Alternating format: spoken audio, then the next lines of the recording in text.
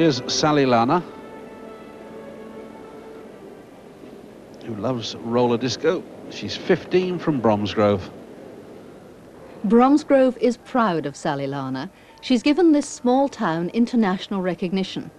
But not everyone can be an Olympic gymnast, and for every one who makes the big time, there are hundreds of others working away in schools and clubs towards their own personal goal. Achievement at any level is about dedication and commitment. It's about pushing yourself and having support from those around you if that all-important confidence wavers. And she's nicely through it. It's much better than her asymmetric bars. Sport here is about mutual support. Whether it's gymnastics, athletics or football, a lot of people give freely of their time in the cause of sport. That's good, Paul. Steve, concentrate. Lengthen your stride a bit, Stephen. It's too short. Right. David Brearley is chief coach of Bromsgrove and Redditch Athletics Club. At times it can be a thankless task, but it's all too easy to see your hard work disappear overnight. It's not difficult to get members, but the problem is once they reach a certain level, actually keeping them and convincing them that we have the expertise and the training facilities to help them on their way. The club is officially based at the Abbey Stadium in Redditch, but they regularly come here to use the track at the fee-paying Bromsgrove School. However, although the facilities are good, from the club's point of view, it's not an ideal arrangement. It has lots of advantages, but we could do with other facilities that are in the town. There is a track at Bromsgrove Youth Centre, which we use occasionally, but there are difficulties there. Yvonne, pick your knees up a bit, they're too short. The youth centre wanted us to become completely part of Bromsgrove Youth Centre, which we couldn't do because we were already a Redditch-based club, and to have become full members of Bromsgrove Youth Centre would have contravened the 3A's ruling. It's a shame, but there again we have got access to these marvellous facilities. That's good, Steve. It's better, Matt. 253. And the sad thing is that there isn't a tartan track in the whole of Herefordshire or Worcestershire, which means to hold the county championships, we've got to go into the West Midlands, to Whalley, to stage our county championships, to get good facilities, which is a very, very sad event, isn't it? A very sad state of affairs. The club organises several events through the year. Some are for serious athletes, but others are aimed at attracting wider participation. More than 600 took part in the sponsored run for Sports Aid. That was a one-off, however, but each year Tony Woodward organises this fun run. We have a fun run basically to introduce people to an event, competing if you like, participating, getting the town together, getting out to run as a family, all age groups. It doesn't come under 3A's and women's 3A's rules, so it's open to all age groups running it. It's run over 2 laps of our course and totals around about 6 miles. But it's optional what they do. A lot do just the 3 miles, the 1 lap, and thoroughly enjoy it. And we give out certificates at the end, and it's amazing what this means to them. There's no medals, there's no prizes, but it's a prize for everybody. It's something possibly they've never done before and attempted to do before, and it's very rewarding. I'll just say, ready, then I'll drop the flag, go. Then you'll be fined 500 quid if you're over the line. Go! The wheelchairs get a bit of a head start. They need it. There are some fair inclines up ahead. Well, we know where we're going, but we don't know where we've been. Welcome to the Bromsgrove Fun Run. And we know what we're knowing, but we can't say what we've seen. And we're not little children.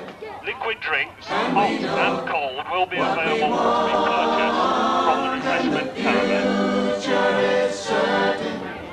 Give us time to work it out. Are you ready? Go!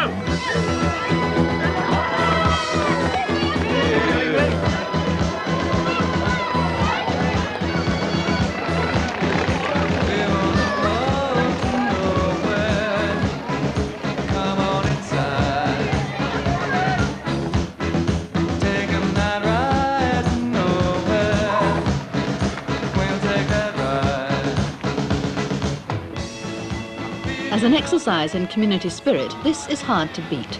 Some people might have trained for the 6-mile run around the town, most will not, but anyone can have a go.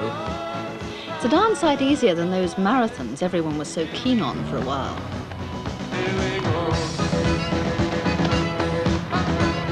For many people, the fun run is a chance to raise money for a charity, or maybe for one of the other local sports clubs. And for some, it's also a very serious matter, a chance to do a good time over a demanding course.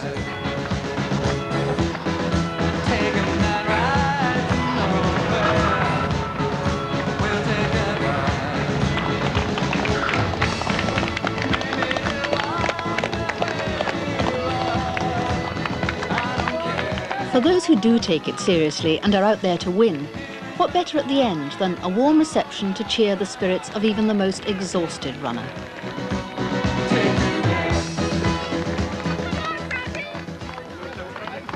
Win or lose, everyone who completes the course is given an official time. Though the chances of getting into the record books are extremely slim, it might provide the incentive to come back next year and get round a couple of minutes quicker. After all, everyone has to start somewhere, and taking part in an event like this might just produce a star of tomorrow. When you've recovered, if you go to the caravan and take that number, there's a special prize on that number. Okay.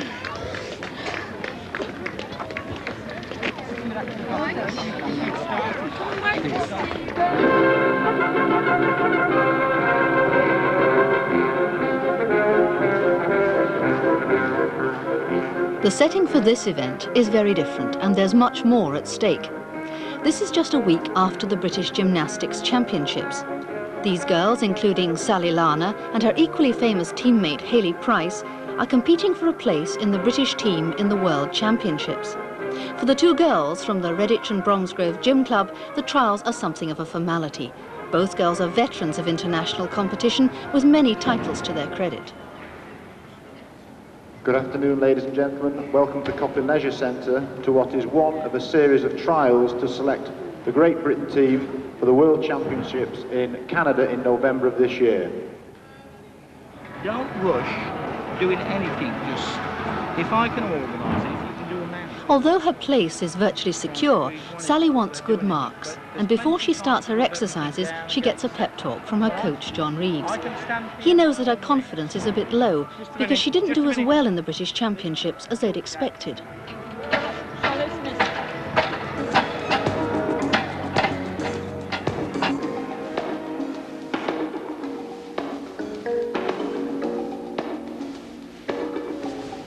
Hayley and Sally's successes have meant a healthy membership for the club, which John Reeves runs with the help of his wife and 2 daughters. It's a team effort and draws on the support of the youngsters' families as well. But despite this, the future of the club is constantly in doubt. Hardly a year goes by without Reeves talking about closing it down. The old school where they meet is in need of repair, running costs are high, and John Reeves is grateful for any little help he can get. Daniel, come forward. Daniel performed in the fun run race of Bromsgrove, and he gave, or he's going to give all his sponsorship money, which amounts to £46.50, is it? Which is very, very good once again, and he's going to present it to the gym club to be used to buy equipment. And I'd like Sally to accept it for and on behalf of the gym club. Go on, Daniel. Thank you. Gotta give him a kiss now, Sal.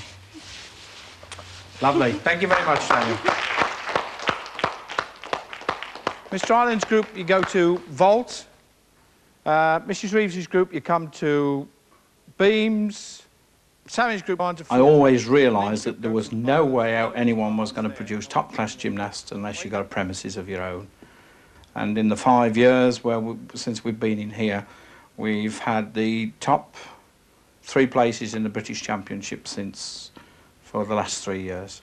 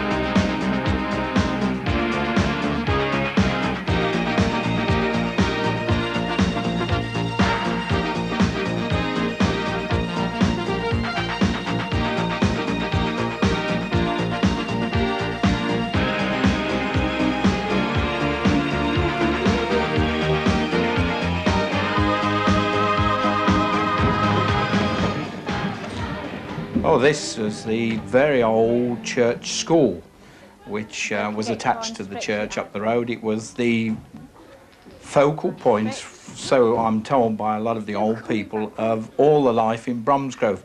They used to hold the village dances. So old men who were soldiers in the war have been and told me they used to come here for the dances when they used to be home on leave. Sally's father, I actually have a photograph of Sally's father appearing on the what used to be the stage outside doing a school play, because 3 generations of Sally's family came here as school. So it was the very old school, but it was also the focal point for the people of Bromsgrove. I think I would like it very much if we were viewed as rather a facility for the community rather than just a gymnastic club. As far as gymnastics is concerned, of course, yes, Bromsgrove is not only known in England, but it's known throughout the world now because everybody knows Hayley Price and Sally Lana.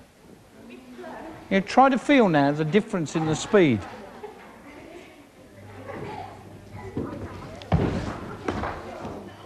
All right? Now you do it like that, there's no problem. Naff off, you two. Go on, Rachel. It would be hard to award John Reeves a perfect 10 for charm, but when it comes to the youngsters in his club, the bluff exterior hides the proverbial heart of gold. And there's no doubt that his drive and determination certainly get results.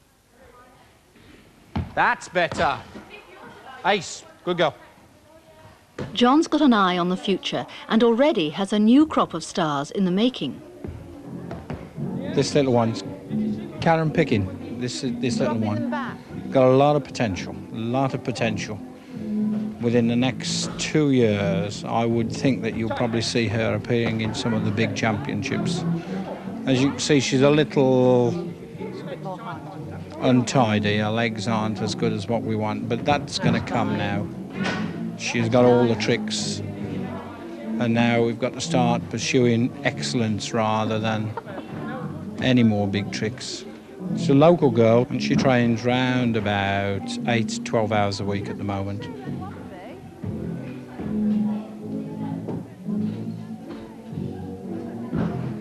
A nice flick-flack. And then that's a tuck-back somersault. That's first performed by Olga Corbett. Olga Corbett's been the inspiration for thousands of girls. Little Karen, sadly, doesn't stay the course, despite Reeves' high hopes. It takes more even than the expertise and the dedication of the Reeves family to bring young athletes up to world class. All they can do is provide the platform, and Hayley and Sally are proof that it works. We entered her for a big Junior Gymnast of the Year programme, in which she won, and won by a convincing margin. And that was it. Sally Lana was now the #1 product in British gymnastics at the time, even though she was only a baby and only a very minor junior. And we then found out quite soon after that that they had reduced the age of which a girl would be eligible for the Olympic Games. So I had to really completely readjust the programme which I'd got mapped out for Sally, and started to think in terms, well, perhaps I could get Sally for the '84 Olympic Games. It was quite soon after that that Hayley joined us from her club in Wolverhampton.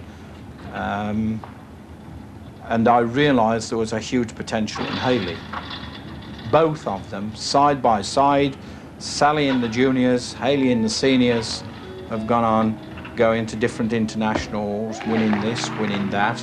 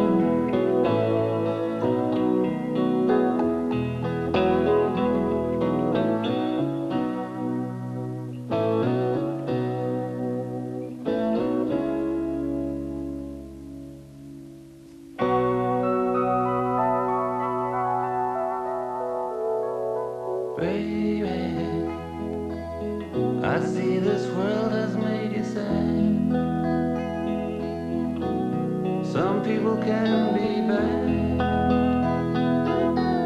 Things they do, the things they say. But baby, I'll wipe away those bitter tears. I'll chase away those restless fears. And turn your blue skies into gray. Why worry? There should be laughter after pain. There should be sunshine after rain. These things have always been the same. So why worry now? Why worry now? In first place, gymnast number 10, Hayley Price. The girls share the honours, with Sally first overall. They both go on to further triumphs, but by the end of '86, they both quit serious gymnastics. Hayley to seek work in television as a commentator, and Sally in a quest for a life not quite so full of commitment. She tells the press, "I've been all over the world, trained in Russia, been on TV, but I've never hung around McDonald's like any other ordinary teenager." All right. You okay there, Justin? Okay, Clive. These boys don't need to make the national squad to feel a sense of achievement. A scrappy game on a concrete pitch surrounded by a 3-foot wall is reward enough for them. The ball is fitted with ball bearings to make it noisy, because nearly all these players are totally blind. To get to this stage has taken years of training and confidence building. They're all pupils at the Lickey Grange School for the Blind. It's set in 27 acres of quiet countryside on the outskirts of Bromsgrove. The house used to be the home of Herbert Austin, the founder of Austin Cars. Now it's home for around 80 children, from toddlers to teenagers.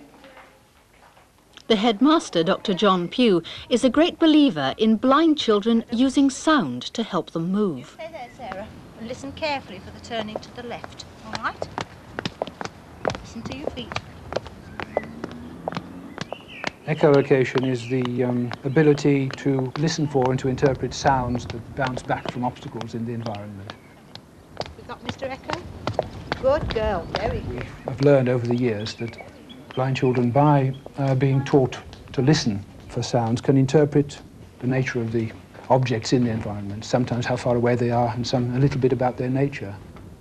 In the early 1970s, it was originally proposed that the M42 would come through here, through the field at the bottom of the school, and this would have upset our sound environment quite considerably. The institution which administers the school objected, and partly as a result of that, the M42 is now about 1.5 miles further away from us. Much more recently, a large company wanted to extract gravel from the fields surrounding the school. In fact, had it gone ahead, we would probably have had to move.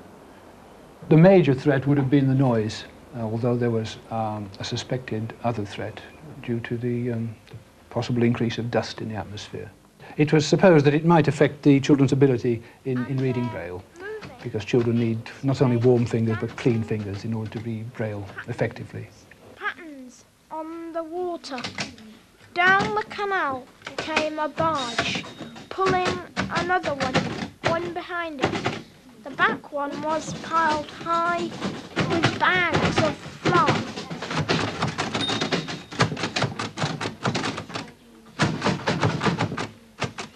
As well as Braille reading and typewriting in the classroom, there's something called the soft playroom.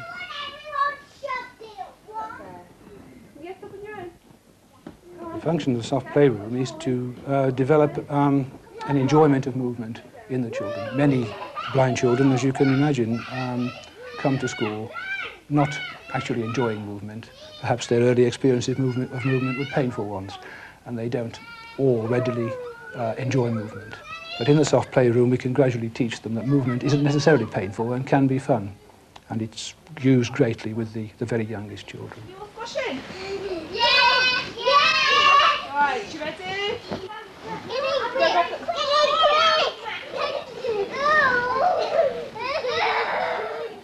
Blind children's movement doesn't necessarily develop along a normal pattern.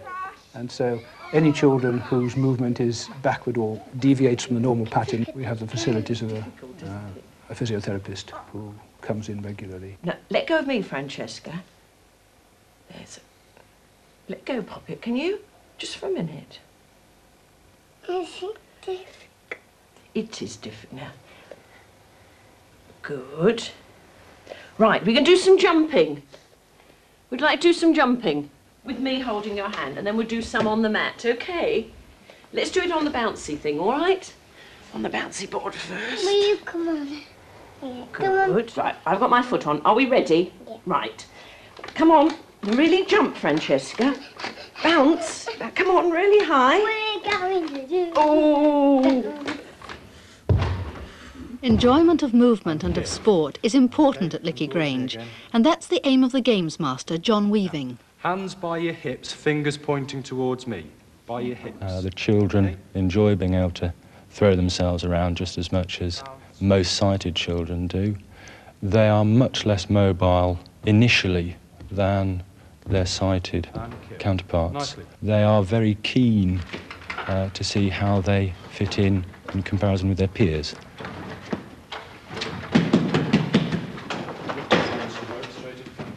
You can get it if you really want. You can get it if you really want. You can get it if you really want. But you must try, try and try. You succeed at last. Yeah. Persecution you must fear. We don't lose the try to get your shield. You've got your mind set on a dream. You can get it from ordinary. There's always been a wide variety of activity at Licky, and everyone has a chance to find his own level. That level is very high, with a string of champions in judo, weightlifting and athletics. That's not the main aim, though. Like other youngsters, the pupils here do sport because they enjoy it. You succeed at last. Kill. The current star pupil is Darren Hartland. He's a member of the National Youth Squad for blind athletes. He's a good all-rounder, but excels in long jump and high jump, and he's currently the adult Commonwealth champion in the triple jump. But his great love is sprinting, with a best time for 100 metres of 12.4. Time is all important because blind runners compete individually against the clock. Here Darren's running in lane 5, and his coach is calling it to try to keep him in a straight line. 5, 5, 5, 5, 5, 5, 5, 5, 5, 5, 6, 6, 6, 6, 6, 6, 6, 6, 5, 5, 5, 5. I thrive on competition. If there's no competition, I'm not much really. Competition really boosts me to get better. As long as I know that there are people better than me, it'll want to make me better than them.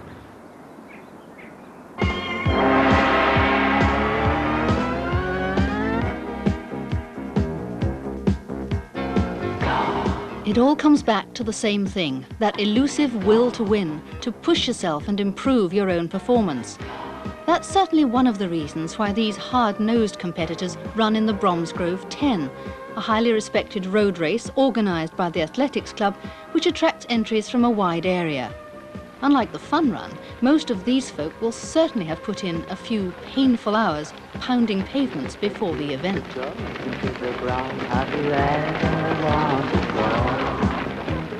A race, for instance, a 10-mile road race, has two magic times for the average clubman. He's looking at the hour. With the top club athlete in any area, he's looking at 50 minutes or sub 50 minutes. So once you've got a sub 50-minute course, you've had somebody do better than 50 minutes on the course, then yes, that becomes a desirable event, and people are then drawn to that event because they're a fast course and they like to put a fast time in. We have a very good course here in Bromsgrove, in so much that it's a 3-lap left-handed course. You're not crossing roads, going up curbs and what have you. It isn't as flat as we'd like, but it's quite a fast course. It's looking that we can get under the 50, but as of yet we haven't done it. I hope we got that last bit, that's all. Though no one's got under the 50 this time, after the race there's a sense of shared experience that helps to break down barriers. There are new friends to meet and stories to exchange. There was a load of traffic going by, very, very slow pace, snail pace, but just slightly faster than I wanted to be. I fixed my eyes on his rear wheel and I ran like that with my eyes glued to it. And when I got over the top, I never knew I'd done it. It's really good. South Birmingham to Rowie. Have you ever done this race before? Not this one, no. No. You're pleased? It's a hard course. Whatever the level, sport is all the more satisfying if commitment brings recognition.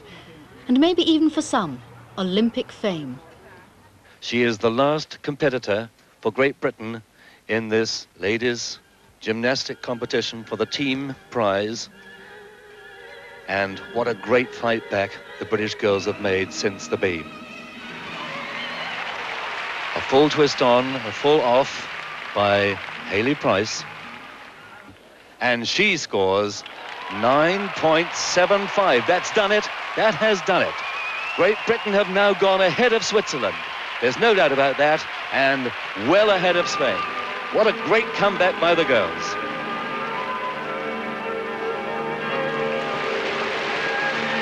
A lovely balance.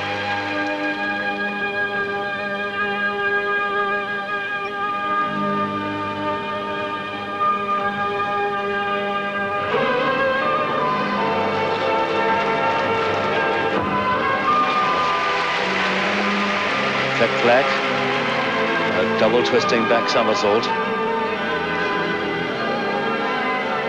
Sally is working very smoothly indeed. Another double back in the top position, and that's the finish. Good exercise by Sally Larner, that really was. She scored 9.38 in the composer. She ought to get a higher mark than that, and the crowd are really appreciating it. And the score is 9.7, well worth it.